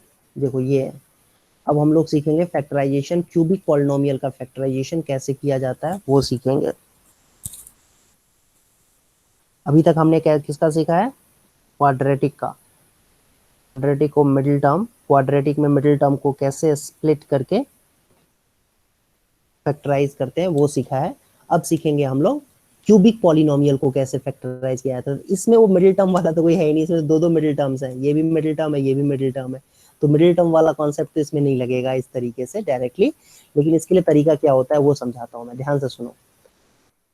सबसे पहले तो ये चेक करो कि एक्स क्यूब, क्यूबिक पॉलिनोमियल के लिए एक्स क्यूब का कोएफिशिएंट 1 होना चाहिए। अगर 1 कोएफिशिएंट नहीं है तो क्या करेंगे, कॉमन फैक्टर लेंगे। जैसे ऐसा हो, अगर सपोज इस तरीके का है ना, इस तरीके का है, तो पहले तो इसमें से 2 कॉमन ले लो, इस तरीके का बन जाएगा फिर, ठीक है जी, इस तरीके का बन जाएगा। तो यहाँ तो कोई इशू है ही नहीं, यहाँ तो पहले से ही एक्स की पावर 3 एक्स क्यूब वाला जो टर्म है उसका कोएफिशिएंट 1 है। बात समझ में आई? Yes sir. एक्स क्यूब का कोएफिशिएंट 1 नहीं है तो एक्स क्यूब का कोएफिशिएंट जो भी है, जैसे यहाँ पर 2 है तो 2 कॉमन फैक्टर ले लो बाहर, ठीक है। ओके, तो कोई यहाँ तो कोई बात है ही नहीं, यहाँ पर तो एक्स क्यूब का कोएफिशिएंट ऑलरेडी 1 है तो कोई इशू है ही नहीं। अब तुम देखो ध्यान से, कांस्टेंट टर्म क्या है, कांस्टेंट टर्म क्या है, -120। -120 के फैक्टर्स निकालो क्या क्या होंगे। 1 तो फैक्टर है ही, 2 भी फैक्टर है, और 2 फैक्टर है तो -2 भी फैक्टर होगा, है ना। माइनस तो फैक्टर होता ही है, मतलब मैंने अभी समझाया था, ये बात समझ में आई कि तुम लोगों को कि 16 का एक फैक्टर जो है 2 भी होता है ना, और 2 है तो ऑब्वियसली -2 भी होगा। 3 होता है 16 का फैक्टर 4 होता है, तो 4 होता है तो -4 भी होगा, क्योंकि 16 अगर 4 से डिविजिबल है तो क्या 16 -4 से डिविजिबल नहीं होगा? बिल्कुल होगा। हम 16 को तो लिख ही सकते हैं ना, 16 को 4 इंटू -4, सॉरी -4 इंटू -4 तो हो गया ना, -4 फैक्टर हो गया ना इसका। तो इस तरीके से आपको समझ में आना चाहिए कि 120 का एक फैक्टर अगर 2 से डिविजिबल है तो -2 से भी डिविजिबल होगा, -3 से भी डिविजिबल होगा, +-3 से डिविजिबल होगा, +-4 से भी होगा, +-5 से भी होगा, +-6 से भी होगा, +-8 से भी होगा, +-10 से भी होगा, +-12 से भी होगा, और किससे होगा भाई, बताओ, 20 से, +-20 से, +-, सर 40। 40 से पहले भी तो है, 30 भी तो है, 25, 24 भी तो है, और 24 के बाद 30 भी तो है, +-, फिर 40 भी। +-40 भी है, +-, उसके बाद 60 है, ओके, +-120 भी। कितने सारे फैक्टर्स आ गए इसके, देखो तो, बहुत ही अजीब है कि नहीं? समझ में आया सबको? Yes sir. सभी बच्चे 2 मिनट के लिए ध्यान से सुनेंगे, ठीक है, जो मैं बोलने जा रहा हूं बस सुनेंगे ध्यान से। अब ये देखने से लग रहा है कि ये बहुत टफ क्वेश्चन है, ठीक है। क्या मैं 1 2 3 4 5 6 7 8 9 10 11 12 13 14 15 30 फैक्टर्स हैं टोटल देखा जाए तो, + साइन मिला देंगे तो 30 फैक्टर्स हैं। क्या मैं 30 पे चेक करके देखूंगा, इन 30 वैल्यूज को रख करके चेक करके देखूंगा कि भाई कहां पर 0 आ रहा है। जैसे मान लो इस पॉलिनोमियल का नाम मैंने px दे दिया, तो मुझे p(1) भी चेक करके देखना है 0 हो रहा है कि नहीं, p(-1) भी, p(2) भी, p(-2) भी, p(3) भी, p(-3) भी, p(4) भी, p(-4) भी, इन सारे वैल्यूज चेक करके देखने पड़ेंगे। और जहां पर 0 आ जाएगा वो हमारा, वहां पर हम कहेंगे कि हमने एक फैक्टर ढूंढ लिया। फॉर एग्जाम्पल मान लो कि p(2) 0 आ रहा है, मान लो एक सेकंड के लिए, तो p(2) 0 आ रहा है, इसका मतलब x-2 is a factor, x-2 is a factor, ठीक है। अगर p(-3) 0 आ रहा है, मान लो एक सेकंड के लिए, मैं मानने की बात कर रहा हूं, तो x+3 फैक्टर हो जाएगा, ठीक है। p(-3) अगर 0 के बराबर आ रहा है तो x+3 फैक्टर हो जाएगा, ठीक है। तो इंपॉर्टेंट बात ये है यहाँ पर कि आपको इतने सारे वैल्यूज को चेक करके नहीं देखने की जरूरत है, आपको स्टार्टिंग के 2-3 वैल्यूज ही चेक करने हैं और उतने में ही हमारा काम हो जाएगा, ठीक है। कैसे, वो मैं आपको एक्सप्लेन करता हूं, ध्यान से सुनो, ध्यान से सभी बच्चे सुनेंगे। आप सबसे पहले ये स्टार्टिंग के 3-4, ये देखो कितने वैल्यूज हैं टोटल, 6 वैल्यूज हैं, मान के चलो एक और एक्स्ट्रा ले लेते हैं, इतने में से वर्स्ट केस में 8 वैल्यूज चेक करके देखने पड़ेंगे। लेकिन आपको फिर से मैं बोल रहा हूँ कि ये जानबूझ के आपको क्वेश्चंस वैसे देंगे जहां पर आपको बहुत ज्यादा वैल्यूज नहीं चेक करने पड़ेंगे। मतलब आपको ये 30 वैल्यूज नहीं चेक करने हैं, आपको स्टार्टिंग के 2-3 वैल्यूज चेक करके ही आपको P ऑफ 1 या P ऑफ 2 या P ऑफ 3 या P of -1, P of -2, P of -3 कोई ना कोई एक जीरो हो जाएगा। ऐसा ही क्वेश्चन आपको दिया जाएगा। तो सबसे पहला काम, ध्यान से सुनेंगे सभी बच्चे ध्यान से सुनेंगे, फिर उसके बाद कोई डाउट हो तो वो पूछ लेना। सबसे पहले हम स्टार्टिंग के 2-3-4 वैल्यूज लेकर के देखेंगे कि कहाँ जीरो हो रहा है। ये जैसे एग्जांपल के लिए P ऑफ 1 चेक करके देखेंगे कि जीरो हो रहा है कि नहीं हो रहा है। तो P ऑफ 1 कैसे चेक किया जाएगा बेटा, x की जगह पे 1 पुट कर दिया जाएगा और चेक करेंगे फिर। तो ध्यान से देखो, तो ये आ जाएगा आपके पास 1 - 23 + 42 - 120, 143 - 143 इज इक्वल टू 0। लो, ये तो पहले वाले केस में ही खत्म हो गया, मतलब P ऑफ 1 पे ही 0 आ गया।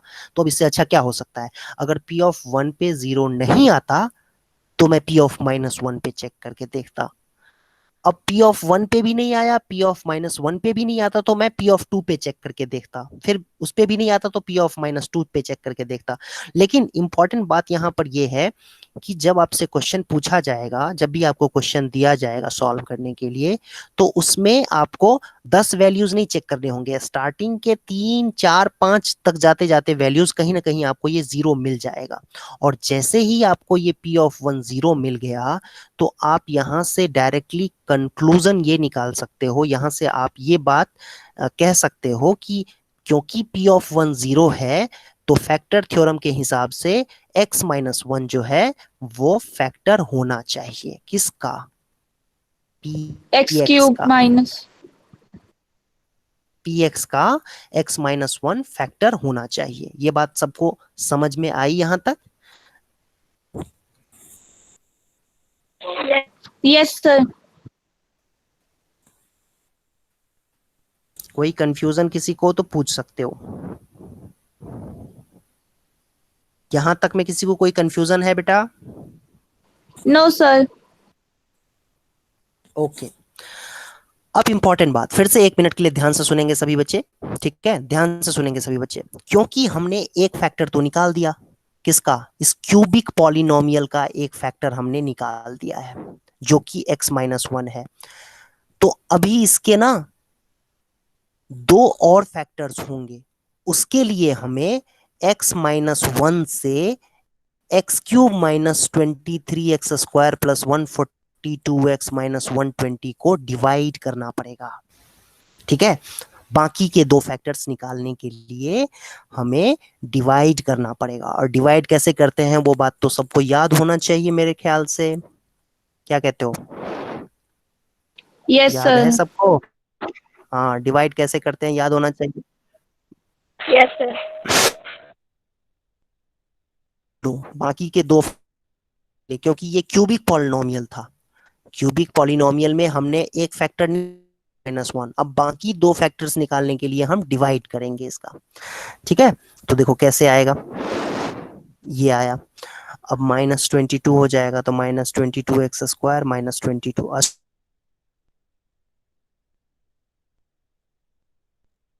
ये प्लस माइनस ये कैंसिल हो गया। ये आ जाएगा 120x - 1, फिर यहाँ पर 120 ले लेंगे। x - 120 0 0 रिमाइंडर आ गया।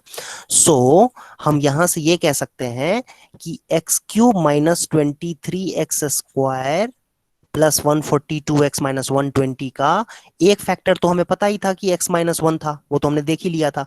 बाकी दूसरा फैक्टर जो है वो ये है, ये कोशेंट जो है यही इसका दूसरा फैक्टर है। ठीक है बेटा, ये समझ में आई बात? Yes sir.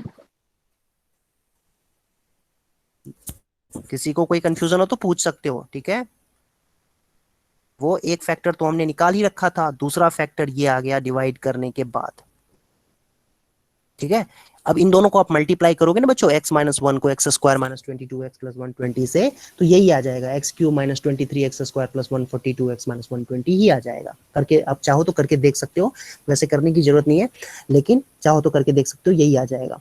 सो दो फैक्टर्स तो आ गए, लेकिन क्या यही आंसर होगा? हमें फैक्टराइज करना था, मत भूलो कि हमें फैक्टराइज करना था इसको, तो फैक्टराइज करके ये आया है, क्या यही आंसर है? बिल्कुल नहीं, ये आंसर अभी नहीं माना जाएगा, बिकॉज ये जो दूसरा फैक्टर है ना, ये अभी फिर से फैक्टराइज हो सकता है, जैसा कि हम लोगों ने क्वाड्रेटिक में किया था। Yes sir. ठीक है, तो अब हम क्या करेंगे? Now we shall factorize x square minus 22x plus 120। ठीक है, x square minus 22x plus 120 को हम कैसे लिखेंगे? ध्यान से देखो, दो नंबर्स आपको सोचने हैं जिनका प्रोडक्ट जो है 120 के इक्वल होगा। 120 इंटू 1 है, यहाँ पर कुछ नहीं है तो 1 है, और तो बी क्या होगा बेटा? माइनस सॉरी ए प्लस बी कितना होगा? -22। -22। तो दो नंबर्स क्या निकल के आया? सोचो, दो नंबर्स क्या निकल के आएंगे जिनका सम -22 है और प्रोडक्ट 120 है?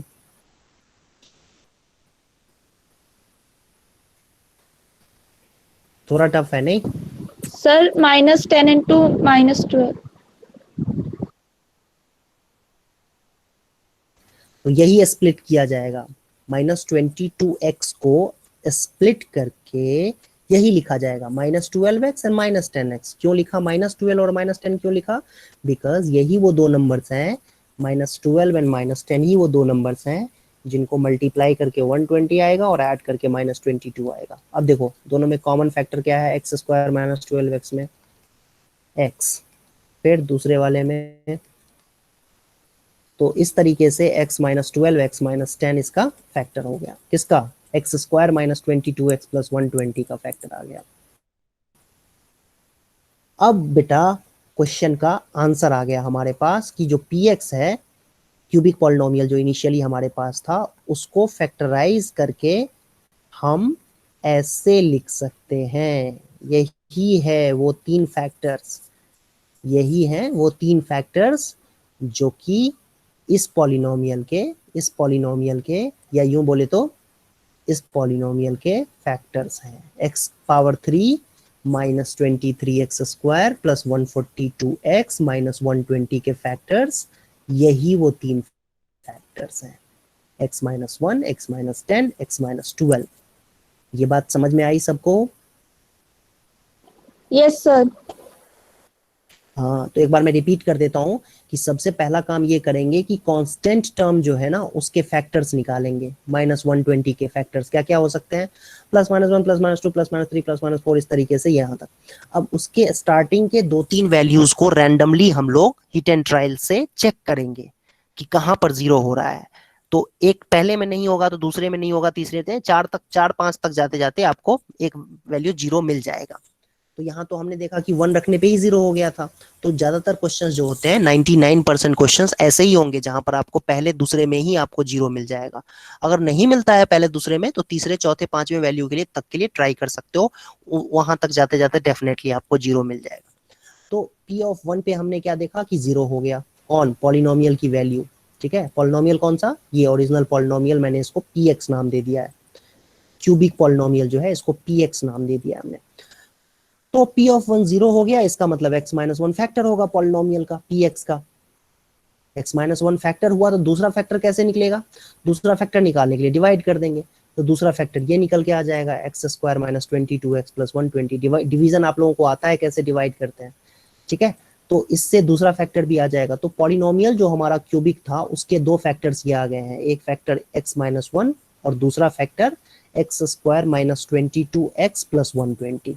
अब x square minus 22x plus 120 अपने आप में फिर से क्वाड्रेटिक है, इसको हम फैक्टराइज कर सकते हैं मिडिल टर्म को स्प्लिट करके, तो वो कर दिया हमने। तो x-12 और x-10 फैक्टर्स आ गए। तो इस तरीके से हम कह सकते हैं कि ये जो px था 3 डिग्री का पॉलिनोमियल, उसके ये तीन फैक्टर्स हैं।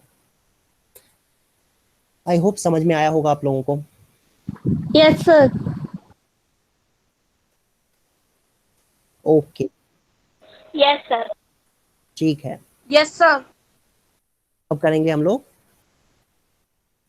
नेक्स्ट एग्जाम्पल एक्सरसाइज का। इसको डिलीट कर दूं बच्चों? Yes sir.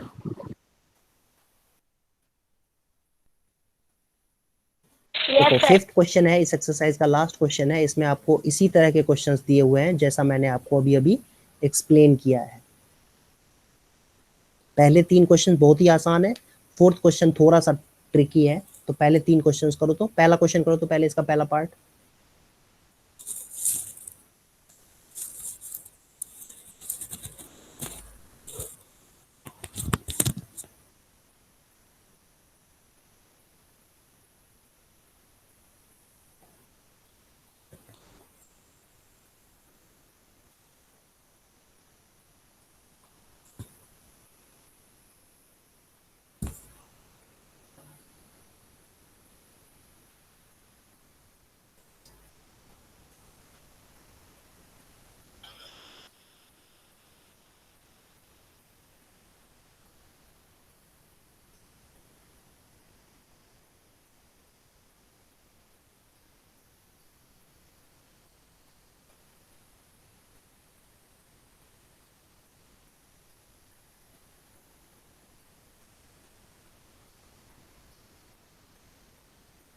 Sir done.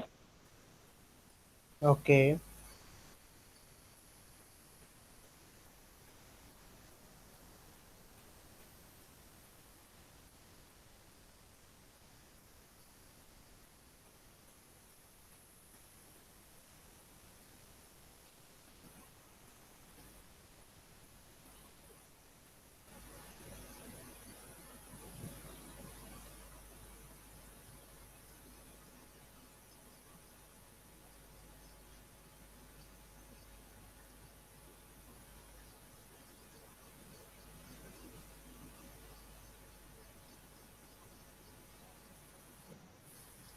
Sir done.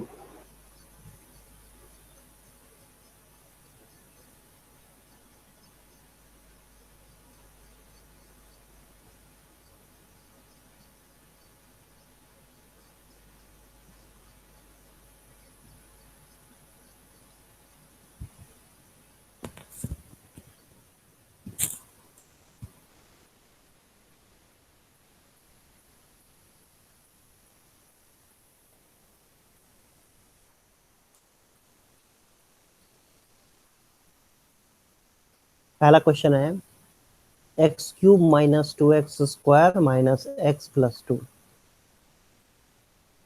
ठीक है, तो इसका कांस्टेंट टर्म क्या है? Constant sir. टर्म 2 है। और इसके फैक्टर्स क्या क्या हो सकते हैं? +-1 +-2।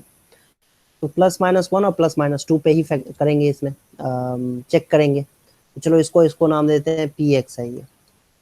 तो p ऑफ 1 पे चेक करके देखो क्या हो रहा है। 1³ माइनस 2 इंटू 1। यस सर 1 पे ही हो रहा है। p ऑफ 1 पे 0 हो गया, तो p ऑफ 1 पे 0 हो गया, इसका मतलब x minus 1 is a factor of px।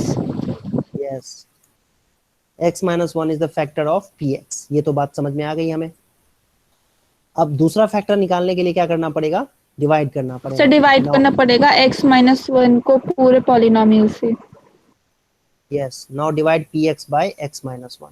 तो x माइनस 1, कुछ बच्चे क्या करते हैं इन्हीं पे वैल्यूज चेक करके निकाल दिया होगा, कुछ बच्चे होंगे ऐसे, ठीक है। लेकिन वो हमेशा वर्क नहीं करता है, कभी कभी आपको डिवीजन जो है वो एक फुल प्रूफ सिक्योर मेथड है।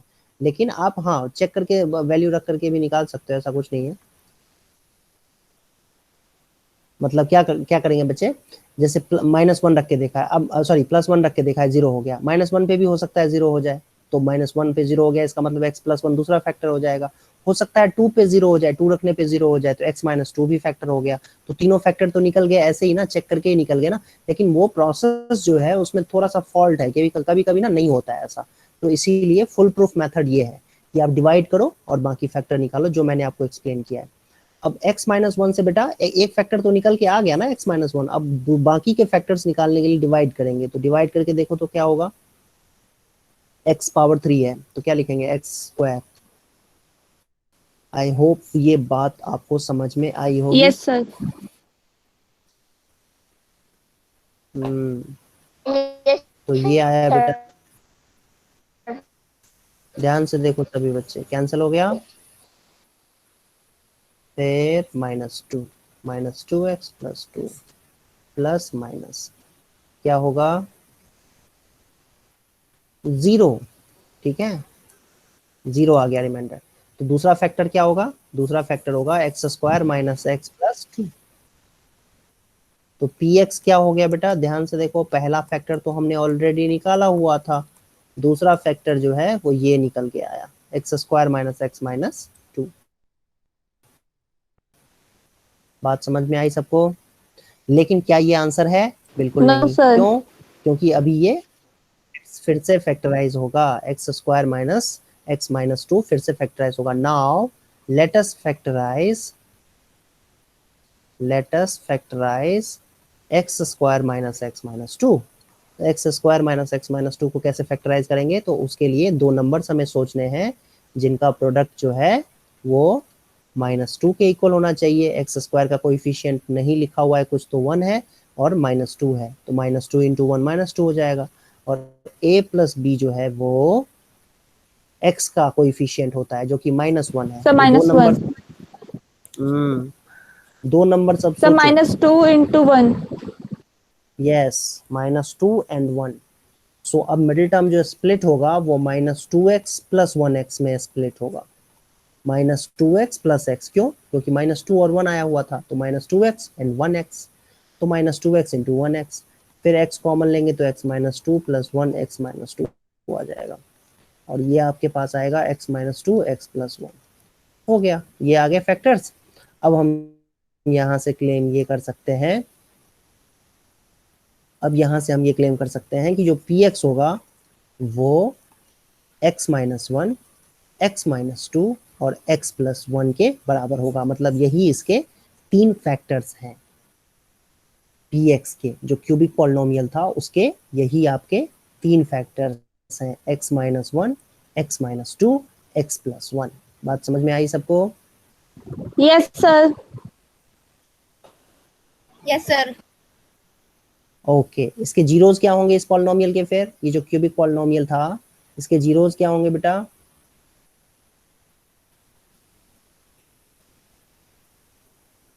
जीरोस बताओ, Sir, जीरोस क्या होंगे? देख के ही पता चल रहा है। x -1 का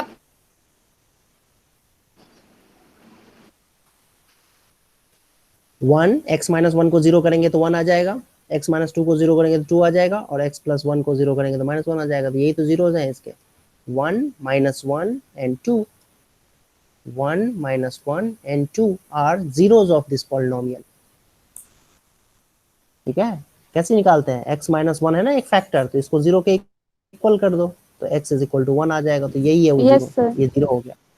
x -2 को 0 कर दो, ये दूसरा फैक्टर x -2 है, इसको 0 कर दो तो x की वैल्यू क्या हो जाएगी? 2। तो यही 2 जो है ना ये 0 कहलाता है, तो 0 2 लिख दिया। और x प्लस 1 को 0 कर दो तो x की वैल्यू क्या हो जाएगी बेटा? -1। तो -1 भी 0 है, -1। आई समझ में सबको?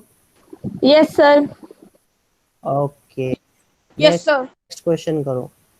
Yes, sir.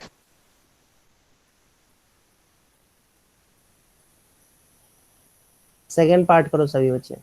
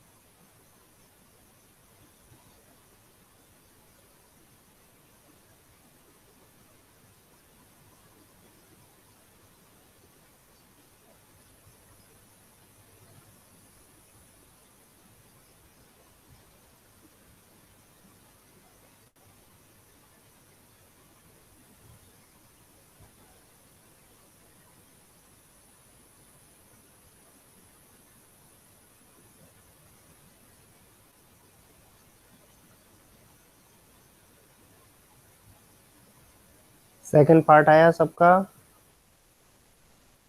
सर अभी कर रहे हैं। Sir 1 minute. तो ओके, बस होने वाला है। करो बेटा करो।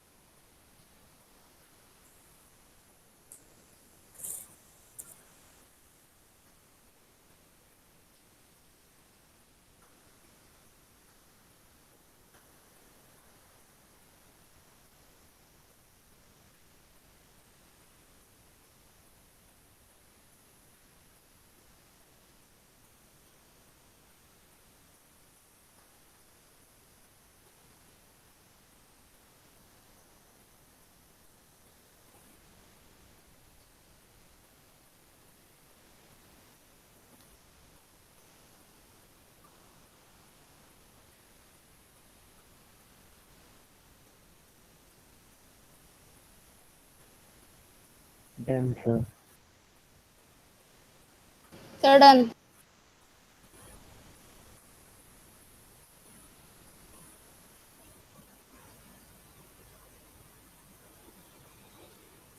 ओके, तो सर डन। जिन बच्चों का नहीं आया मैं उनको एक्सप्लेन कर देता हूँ एक बार।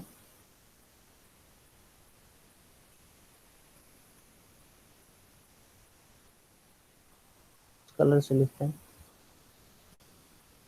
सेकेंड पार्ट है, देखो x power 3 minus 3x² minus 9x-5।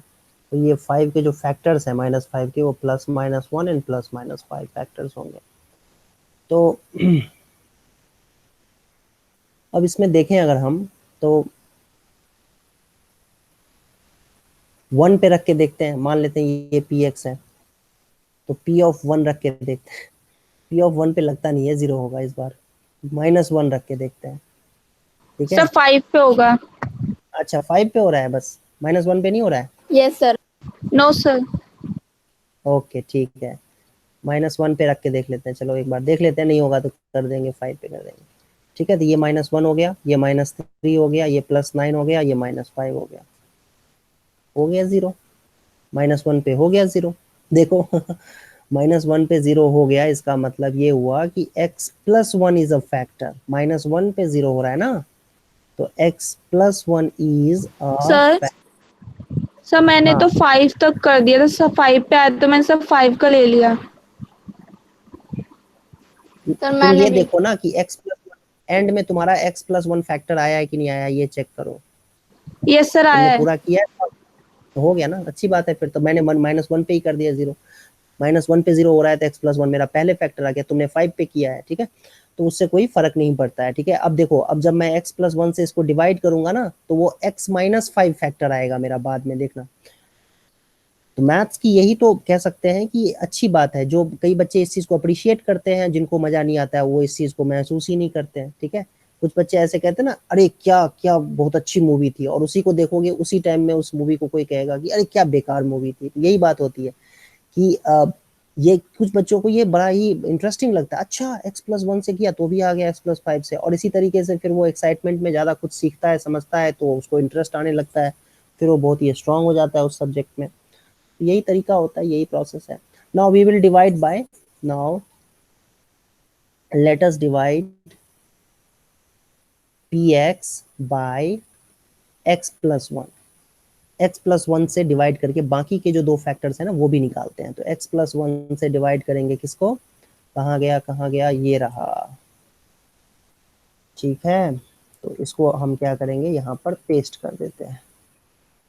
Okay, तो ये रहा x², x³ आ जाएगा, माइनस x² आएगा, माइनस प्लस कैंसिल हो गया, ये आ जाएगा -2x² -9x। फिर क्या करेंगे, -2 से -2x से सॉरी, तो -2x² -2x, ये प्लस हो जाएगा, ये प्लस हो जाएगा, कैंसिल हो गया, तो ये आ जाएगा -7x -5। कुछ तो मिस्टेक हो गई मेरे से लगता है।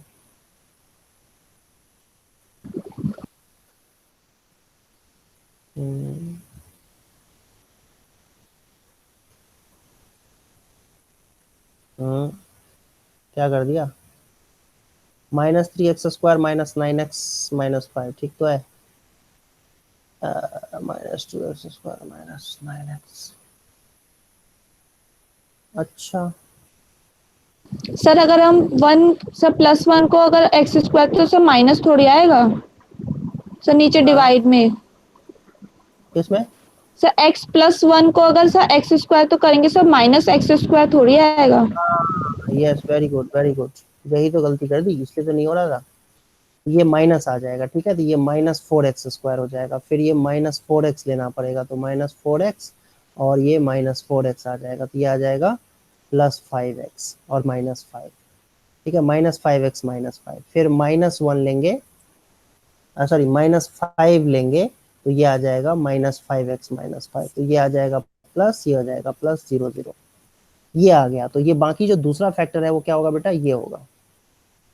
तो अब आप लिखो कि px जो है आपका वो क्या होगा, एक फैक्टर तो पहले ही निकाल चुके थे x+1, बाकी दूसरा फैक्टर जो है वो ये आ गया। अब again we will factorize, now we shall factorize, किसको फैक्टराइज करेंगे बेटा, sir quadric polynomial. x² minus, इसको फैक्टराइज करेंगे, ठीक है। x² -5x + 4, रफ में क्या करोगे, दो नंबर्स का प्रोडक्ट -5 है, दो नंबर्स का सम जो है वो -4 है, आपको दोनों नंबर ढूंढने हैं क्या क्या होंगे, मतलब दोनों नंबर्स आपको ढूंढने हैं क्या क्या नंबर्स होंगे, तो क्या नंबर्स होंगे बेटा बताओ, आई बात समझ में, -5 और 1, ठीक है, -5x + x -5, क्योंकि -5 और 1 ही वो नंबर है जिनको ऐड करके -4 होगा, मल्टीप्लाई करके -5 होगा। अब फैक्टराइज करेंगे, मिडिल टर्म को स्प्लिट करेंगे, जैसे करते आए हैं अब तक वैसे ही करेंगे, तो क्या आ जाएगा, x -5 इंटू में x + 1, ये भी तो जानते ही होगे आप फैक्टराइज करना कैसे, मिडिल टर्म को स्प्लिट करके फिर कॉमन ले लेते हैं, फिर फैक्टराइज करते हैं। Yes sir. तो फाइनल स्टेप हम ये लिखने जा रहे हैं अब लास्ट में कि px जो है उसके फैक्टर्स होंगे, एक फैक्टर होगा x -1, दूसरा होगा x -5, तीसरा होगा x + 1, ठीक है। अरे ये तो 1 पे भी 0 हो रहा था, ये तो 1 पे भी 0 हो रहा है, किसने कहा 1 पे नहीं हो रहा है 0,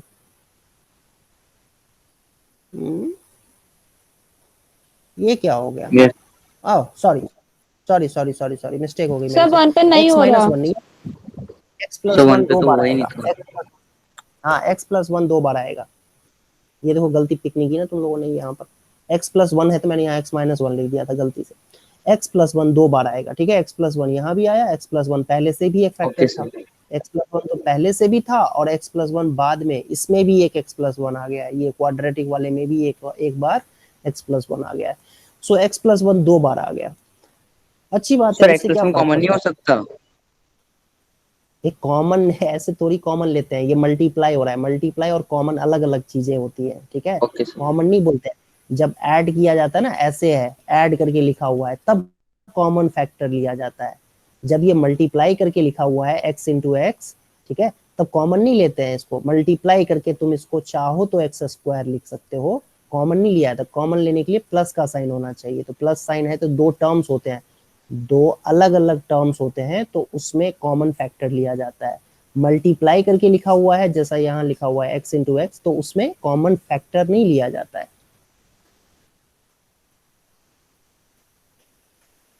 तो ये बेटा देखो इसके 3 फैक्टर्स आ गए हैं, हालांकि दो दो तो सेम ही है, x + 1 2 बार आ गया है तो कोई बात नहीं, तो तुम लोगों ने पहले x -5 निकाला होगा, फिर बाकी x + 1 आया होगा, यहाँ पर देखो मैंने x + 1 निकाला है पहले फैक्टर, मतलब p ऑफ -1 0 आ गया था, तो x + 1 फैक्टर आ गया था, तो बाकी दो फैक्टर्स मैंने निकाल दिए हैं जो x -5 और x + 1 निकल के आया, तो यही 3 फैक्टर्स हैं इस क्यूबिक पॉलिनोमियल के, जो ये क्यूबिक पॉलिनोमियल था x³ - 3x², सेकेंड पार्ट, अब तुम लोग थर्ड पार्ट और फोर्थ पार्ट घर पे करना, ठीक है? अगली क्लास में मिलते हैं, अगली क्लास में डिस्कस करते सर हैं।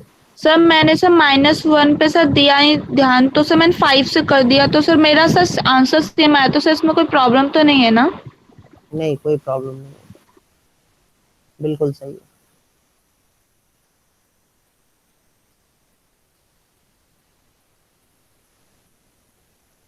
ठीक है बच्चों, अगली क्लास में मिलते हैं, bye. Good night sir. Good night sir, bye.